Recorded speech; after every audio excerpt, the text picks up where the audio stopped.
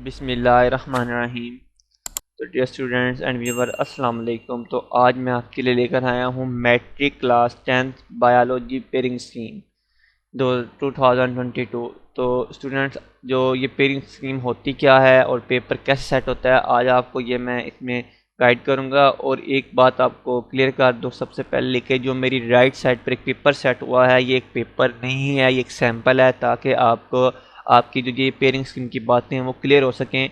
तो पेपर कुछ इस तरह का ही बनकर आएगा हर बोर्ड का 2022 में, ठीक है। लेकिन जो सा है उनके जो सवाल होंगे वो अपनी अपनी होंगे, क्योंकि पंजाब के जो तमाम बोर्ड हैं उनकी ये पेयरिंग स्कीम एक जैसी ही होती है, बिल्कुल सेम पेयरिंग स्कीम होगी। लेकिन हर बोर्ड ने अपना सवाल अपनी जो स्कीम के मुताबिक खुद सेट किया होगा, पेपर एक जैसा नहीं होता। लेकिन ये जो राइट साइड पे आपको पेपर दिखा रहा हूँ, ये सैंपल है, तो ये नहीं समझना कि 2022 में आने वाला यही पेपर होगा।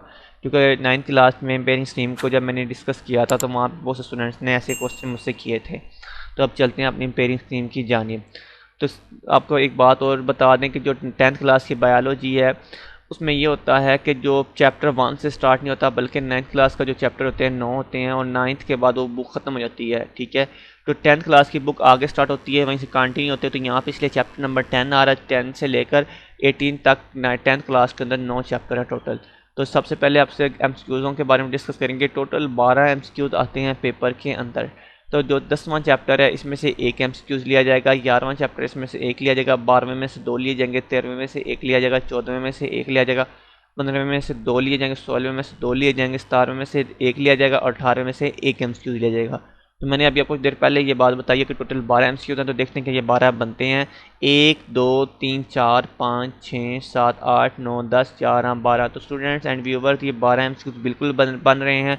तो इस तरह से आपके जो से चैप्टर में से जो से ये एमसीक्यूज़ लिए जाएंगे। और एक बात याद रखनी कि 40% जो सा होता है वो आपके एक्सरसाइज से एमसीक्यूज़ आएंगे और 60% आपकी रीडिंग में से एमसीक्यूज़ आएंगे, ठीक है। तो ये एक श्योर नहीं है कि ये जो 10वें चैप्टर में से ले रहा है वो रीडिंग में से ले रहा है या एक्सरसाइज से ले रहा है, ये श्योर नहीं होता। लेकिन ये श्योर होगा कि 10वें में सिर्फ एक ही एमसीक्यूज़ लिया जाएगा, 11वें में से भी एक ही लिया जाएगा। इस तरह जिस तरह चैप्टर के साथ जितने एमसीक्यूज़ मेंशन है उस चैप्टर में से उतने ही एमसीक्यूज़ लिए जाएंगे।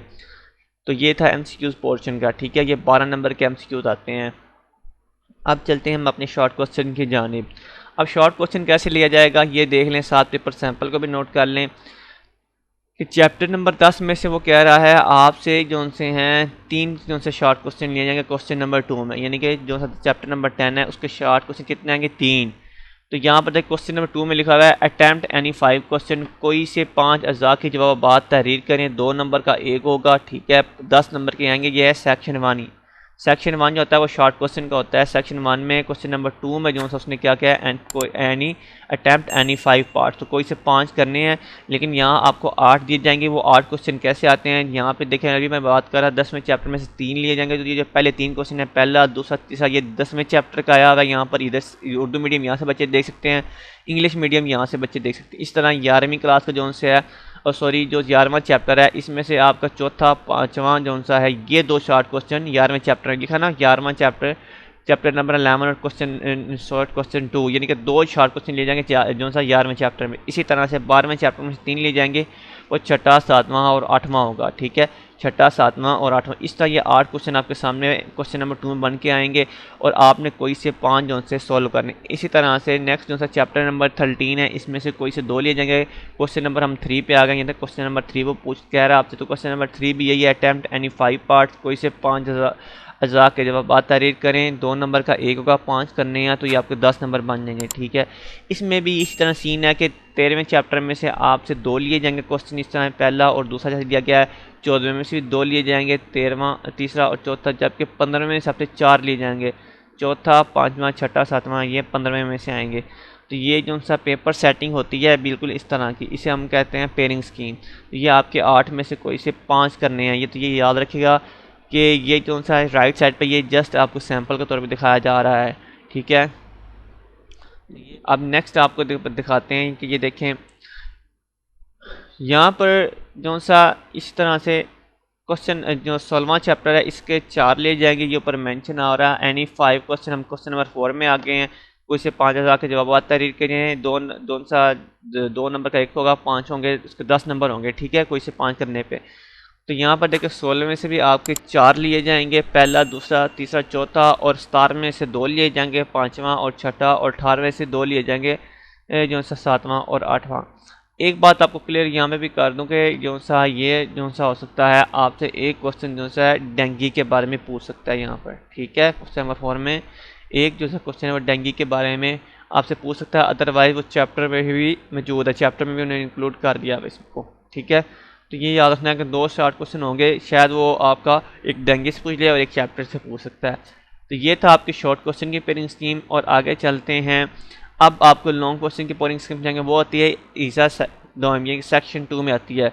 यहाँ पे अटैम्प्ट एनी 2 क्वेश्चंस करने हैं। तो ये आपको एक क्लियर बात बता दूं कि यहाँ पर 9 नंबर का एक लॉन्ग क्वेश्चन होता है, कोई से 2 सवाल को जवाब आता है, 9 नंबर का होगा, एक 4 नंबर का होगा और एक 5, दोनों को मिलाकर ये 9 नंबर बनते हैं।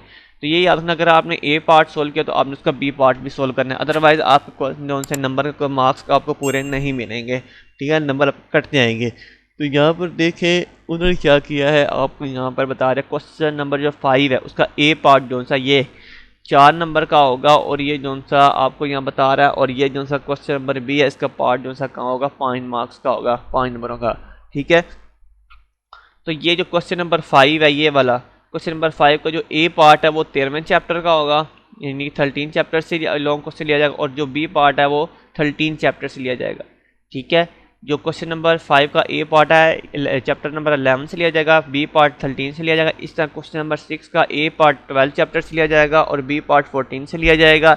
इस तरह से क्वेश्चन नंबर 7 का ए पार्ट जो सा है वो 17 चैप्टर से लिया जाएगा, बी पार्ट 18 चैप्टर से लिया जाएगा। तो ये बात को फिर क्लियर कर दूँ आपको कि जो चैप्टर जो सा क्वेश्चन नंबर 5 है उसका ए पार्ट 11 चैप्टर से होगा, बी पार्ट 13 चैप्टर से होगा, क्वेश्चन नंबर 6 का ए पार्ट 12 चैप्टर से होगा और बी पार्ट 14 चैप्टर से होगा, क्वेश्चन नंबर 7 का ए पार्ट 70 चैप्टर से होगा और बी पार्ट 18 से होगा। ये ए और बी मिलाकर आपको 3 क्वेश्चन दिए गए, इनमें से आपने कोई से 2 सवाल के जवाब तैयार करने हैं, ठीक है। तो ये थी आज बायोलॉजी की जो सा मैट्रिक की 10th क्लास की पेयरिंग स्कीम। तो किसी स्टूडेंट्स को फिर भी कोई समझ ना लगे तो मुझसे व्हाट्सएप पे कांटेक्ट कर सकता है। इस चैनल को सब्सक्राइब कर लें, इंशाल्लाह आपको इस तरह की इंफॉर्मेटिव न्यूज़ आपको मिलती रहेंगी।